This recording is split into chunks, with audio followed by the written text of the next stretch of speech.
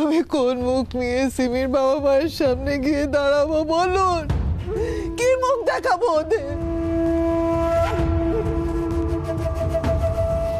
ওরা তো ভরসা করে সিমিকে আমার কাছে রেখে গেছিল। আমি তোকে ভালো রাখতে পারিনি। আমি কি জবাব দেবো ওদের বলুন?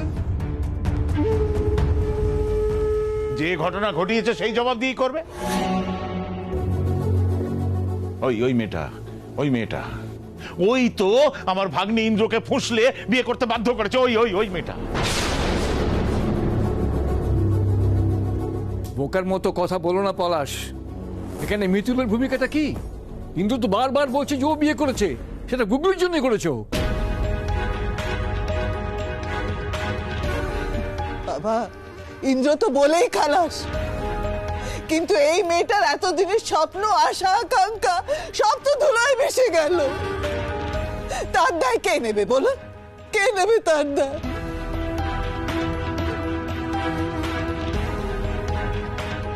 ওর মেয়ের তো সারা জীবনটা সিকিউর হয়ে গেল, ওর বর্তমান ভবিষ্যৎ সব সিকিউর হয়ে গেল, কিন্তু সিমি যে এতদিন ধরে আশা করেছিল তার কার বিয়ে হবে, কেন তুমি ওর মনটা ভেঙে দিলে? কেন ওর এত বড় সর্বনাশ করলে বলো? তুমি সব ঠিক করে দাও বলে বাবা, ভালো করে দাও সিমি দিদিকে। কেন করলে বলো? সিমির এত বড় ক্ষতি তুমি কেন করলে? থাক না দিদি, কি লাভ এসব কথা বলে? সিমি সুইসাইড নোটে যার নাম লিখে গেছে, পুলিশের হাতে তাকে তুলে দিলেই তো হলো। তখন তো আর খুনি বললে ওকে কেউ অস্বীকার করতে পারবে না।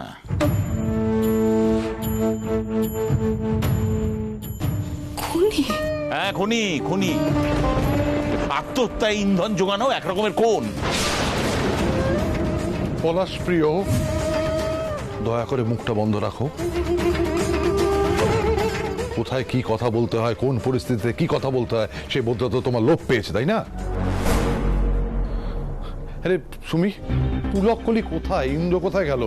ইন্দ্র, এই তো কোথায়? ফোন করেছিস? ঈশাকে ফোন করে পাচ্ছি না, কলিকেও পাচ্ছি না, বুঝতে পারছি না কি করবো। এসে গেছি, তোকে ফোন করার কোনো দরকার নেই। তাড়াতাড়ি। দাঁড়ান, এক পাও এগোবেন না আপনারা সবাই ষড়যন্ত্র করে সিমিকে মৃত্যুর মুখে ঠেলে দিয়েছেন। আজকে আপনাদের জন্য সিমির এই অবস্থা। আমি আপনাদের বিশ্বাস করি না। দেবযানী, আমি তোমার মনের অবস্থা বুঝতে পারছি, কিন্তু প্লিজ এখন মান অভিমান করার সময় নয়, এখন আমাকে দেখতে দাও। না, কিছুতেই না।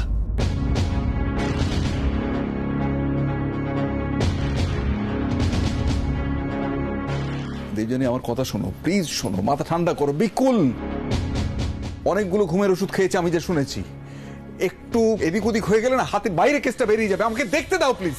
সিমিকে আমার ডাক্তার দেখবে, আমি ডাক্তার ডাকবো, আপনারা দেখবেন না।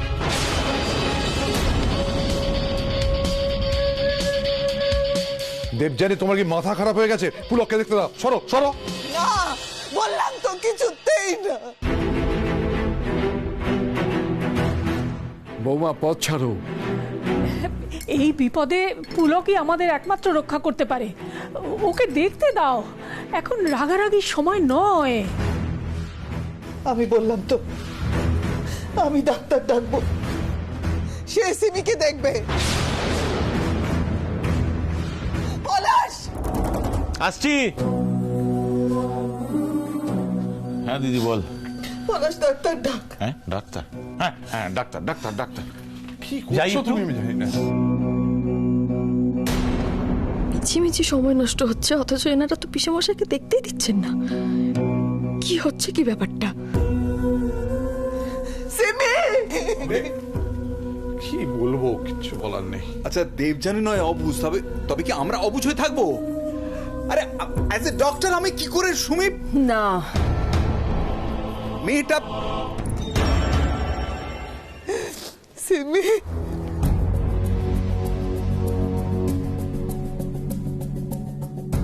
আমায় ক্ষমা করে দাও, আমি তোমায় ভালো রাখতে পারলাম না মা।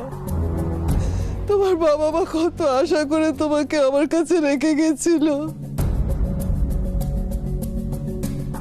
আমি পারলাম না। সিমি চোখ খোলো সিমি, আমি তোমার বাবা মাকে কি জবাব দেব বলো, কি জবাব দেব?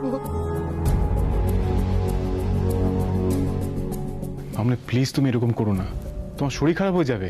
হোক শরীর খারাপ, হোক আমার শরীর খারাপ, তোরা আমার চোখের সামনে ওই বাচ্চা মেয়েটাকে ষড়যন্ত্র করে মেরে ফেললি।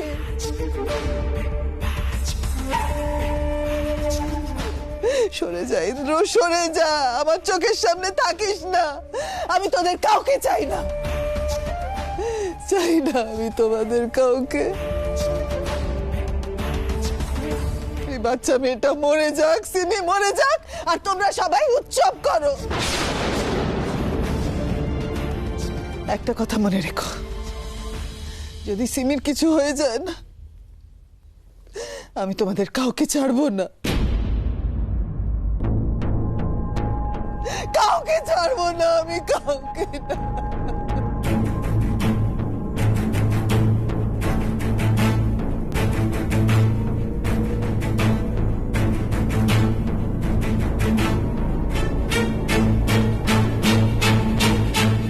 আসুন আসুন আসুন ডাক্তারবাবু, এই যে আসুন আসুন আসুন আসুন ডাক্তারবাবু, একটু তাড়াতাড়ি আসুন। দেখি একটু সরাসরি যেতে হবে ডাক্তারবাবুকে। আসুন দেখুন, আসুন আসুন, দেখুন দিদি, দেখুন ডাক্তারবাবু কি অবস্থা হয়েছে মেয়েটার, একটু দেখুন না। আরে আপনারা সব এখানে দাঁড়িয়ে আছেন কেন? যান, আমি পেশেন্ট দেখবো। যাও, তোমরা সবাই বেরিয়ে যাও এখান থেকে।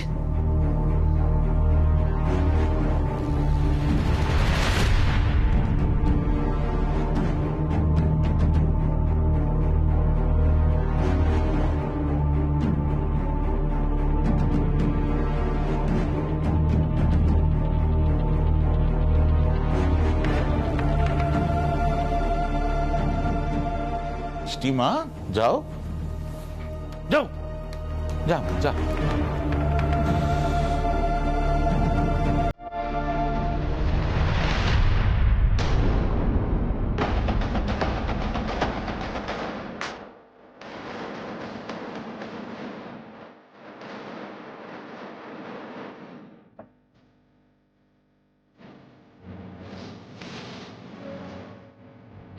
আমাকে একবার ইন্দ্রবাবুর সাথে কথা বলতেই হবে।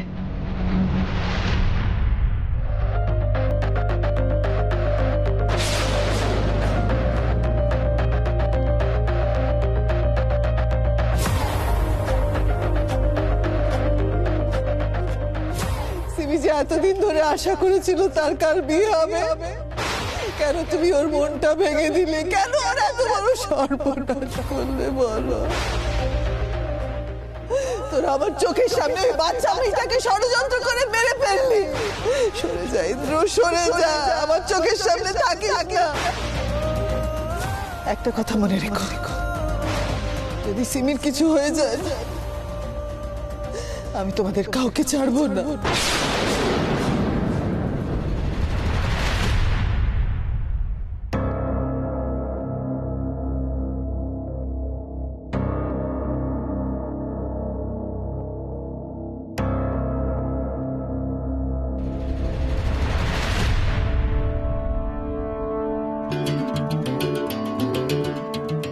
সব আপনার জন্য, সব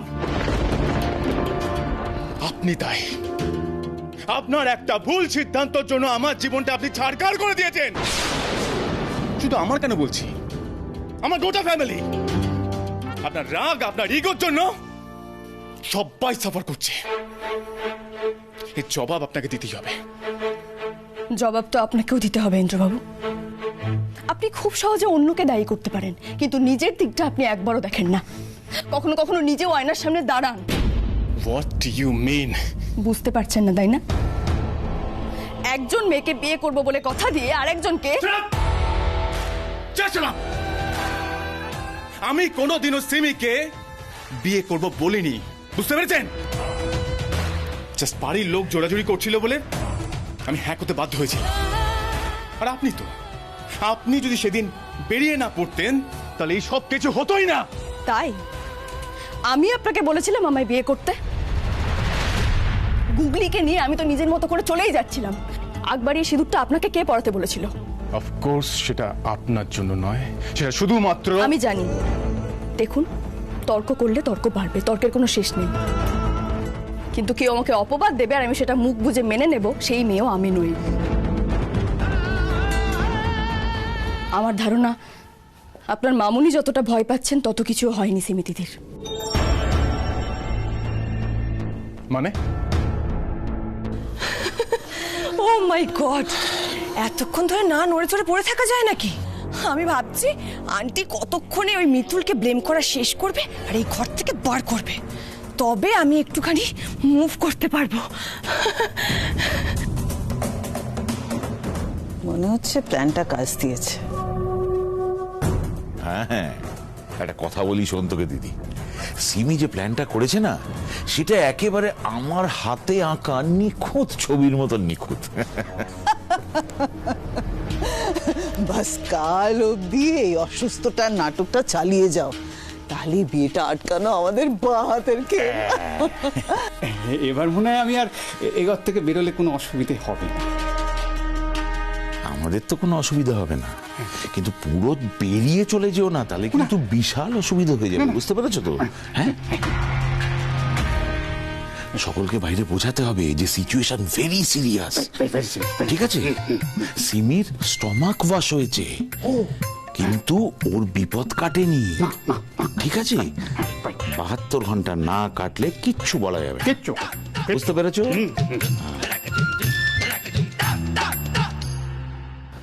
মামু একটু এদিকে এসো।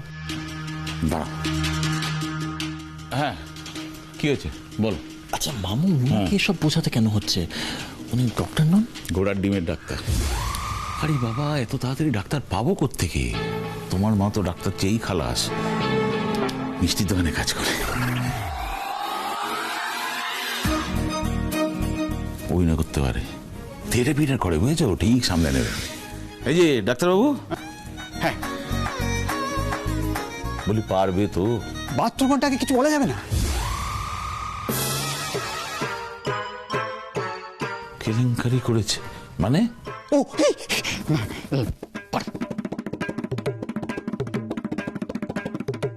যাও, ও দাঁড়া,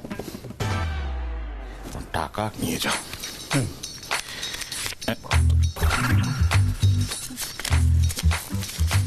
রাখো রাখো রাখো। মিতুল পাল, তোমার থেকে আরো অনেক বড় খেলোয়াড় আমরা।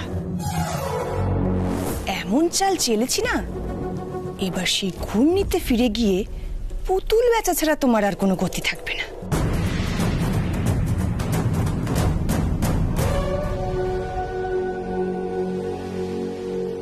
আমি তো পুতুল বেচে খাই? অনেক মানুষের সাথে আমায় দরদাম করতে হয়। মানুষ আমি চিনি। সিমি দিদি সহজ মানুষ নয়। উনি চান না আমাদের এই বিয়েটা হোক, তাই উনি আমাদের দোষের ভাগী করছেন। আমি আপনাকে আবার বলছি, উনি যতটা দেখাচ্ছেন ততটা অসুস্থ উনি নন। ছি ছি ছি ছি ছি ছি, একটা মানুষের ওরকম অবস্থা, আর আপনি কি না? বাহ, বাড়িতে ঢুকেই আপনি পলিটিক্স শুরু করে দিয়েছেন। বাহ, পলিটিক্স নয় ইন্দ্রবাবু, কিন্তু এসব ঘুমের ওষুধ খাওয়া, বিষ খাওয়া রোগী আমি আগেও দেখেছি। সেই দেখার অভিজ্ঞতা থেকেই আপনাকে বলছি। তো আপনার দেখার অভিজ্ঞতা থেকে আপনি কি প্রমাণ দিতে পারবেন আমাকে? আমার সন্দেহ যদি সত্যি হয়, তাহলে আপনার মামুনিও এই খেলার সাথে যুক্ত, কিন্তু সেটা তো আমি আপনাকে বলতে পারবো না, কারণ আমার কাছে সত্যিই কোনো প্রমাণ নেই। কি হলো? প্রমাণের কথা শুনে গলা শুকিয়ে গেল তো? মিতুল পালের গলা এত সহজে শুকোয় না ইন্দ্রবাবু। আমি আসলে ভাবছি। ভাবছেন? কি ভাবছেন?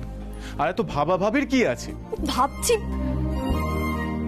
আমি ভাবছি আপনাকে কিভাবে প্রমাণ দেব যে সিমি দিদির তেমন কিছুই হয়নি। যাই হোক,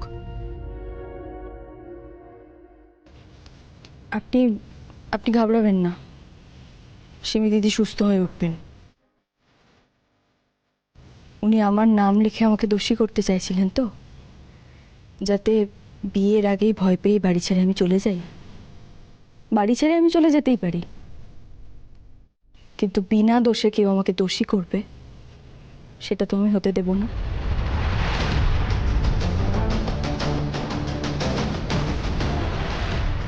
বুগলি, শোন শোন শোন, তোর সঙ্গে আমার কথা আছে।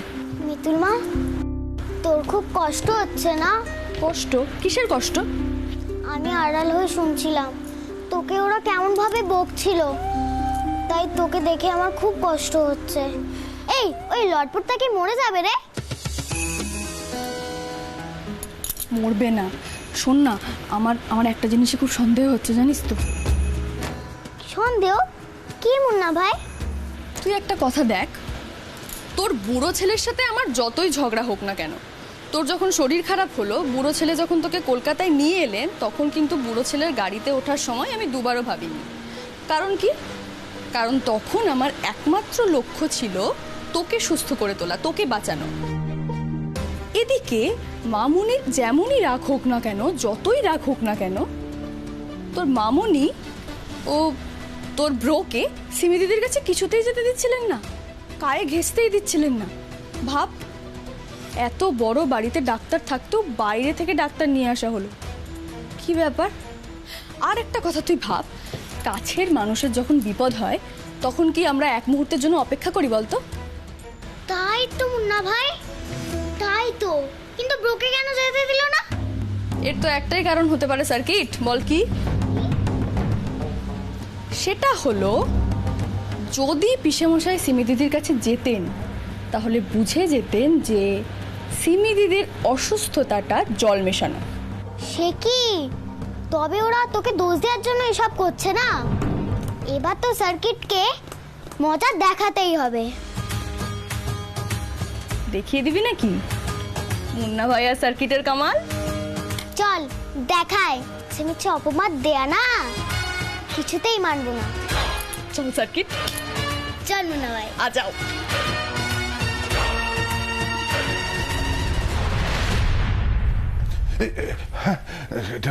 কেমন দেখলেন? এখনই কিছু বলা যাচ্ছে না, তবে অবস্থা খুব একটা ভালো না। আচ্ছা, আমরা ভেতরে যেতে পারি? না, এখনই নয়। আমি ওয়াশ করে দিয়েছি। 72 ঘন্টা না গেলে কিন্তু কিচ্ছু বলা যাবে না। তাই এখন কিন্তু কেউ বিরক্ত করবেন না। এক মিনিট, আমি এখন আপনাকে একটু বিরক্ত করছি। আপনি ওয়াশ করলেন কিভাবে? যেভাবে ওয়াশ করে। আমি সেটাই জানতে চাইছি, কিভাবে ওয়াশ করে? উইদাউট এনি ইকুইপমেন্ট আপনি ওয়াশ করলেন কিভাবে? দেখুন দেখুন, আমি একজন ডাক্তার। জল তেষ্টা পেয়েছিল বলছিলেন আপনার? জল? হ্যাঁ, যে বললেন এতক্ষণ, হ্যাঁ জল করছিলেন, তেষ্টা পেয়েছে। দেখে চলুন চলুন, জল খাবে। জল তেষ্টা পেয়েছে, চলুন। আচ্ছা, কি ঠান্ডা মিশিয়ে দেবো না নর্মাল? কি জল দেবো বলুন? আসুন আসুন।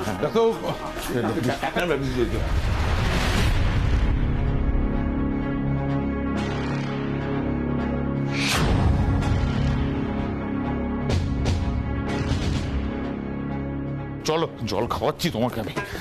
আরে কোথায় খাপ খুলতে গেছিলে? উনি আসল ডাক্তার। এই খেয়েছে? আরে কিছু খেতে হবে না, চলো চলো।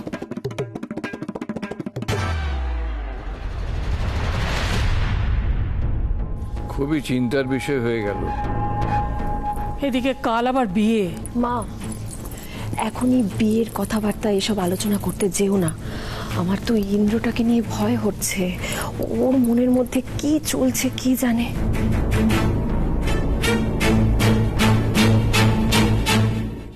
রনো, রনো, রনো, বাড়ির সবাই বেশ ঘাবড়ে গেছে। কাল বিয়ে হবে বলে তো মনে হচ্ছে না। Mom, mom, you were just wonderful. What an acting mom! তুমি দাদা ভাইয়ের মনে ওই পাপ বোধটা এমন ভাবে ঢুকিয়ে দিয়েছো না, এই বিয়ে জাস্ট ক্যান্সেল হলো বলে। যাকে সেমি, তুমি এখন চুপচাপ ঘরে মরার মতন শুয়ে থাকবে, ঠিক আছে? একটা কোনো আওয়াজ যেন না হয়। আমি রুমের বাইরে থাকবো, পাহারা দেব, কাউকে রুমে ঢুকতে দেবো না। তুমি যখন পাহারাই দেবে তাহলে আমি কেন মরার মতো শুয়ে থাকবো? Let me play some music, একা একা ডান্স করব। Just shut up, just shut up, okay? এখন কোনো রিস্ক নেওয়া যাবে না। বাড়ির কেউ একজন পিসিমণি বা ঠাম্মি যদি হুট করে ঘরে ঢুকতে যায় তাহলে আমি আমি না পারবো ওদের আটকাতে, না পারবো তোমাকে সাবধান করতে। রনু ঠিক বলছে সিমি, তুমি একদম চুপচাপ শুয়ে থাকো। আমি দেখি পলাশ ওই ডাক্তারকে নিয়ে কোথায় গেল।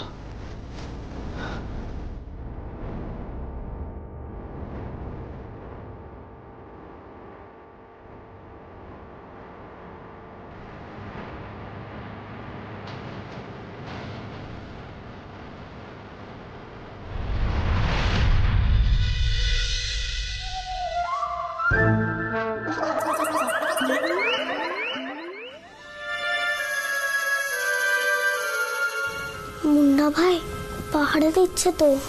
সেটাই তো দেখছি সার্কিট। আমি ওকে ভূতের ভয় দেখাই, তাহলে ও পালিয়ে যাবে। কি বাচ্চা ছেলে নাকি যে ভূতের ভয় দেখালে পালিয়ে যাবে? তুই চুপ কর তো। কিন্তু ঘরের ভেতরে না ঢুকলে তুই কিভাবে বুঝবি যে লটপটের সত্যিকারের শরীর খারাপ হয়েছে না ও মিচিমিচি করছে? সেটাই তো ভাবছি, কি করা যায়, কি করা যায়, কিভাবে ঢোকা যায়। সার্কিট, এইভাবে হবে না, চল তো দেখি অন্যভাবে ঢুকতে হবে। আয়।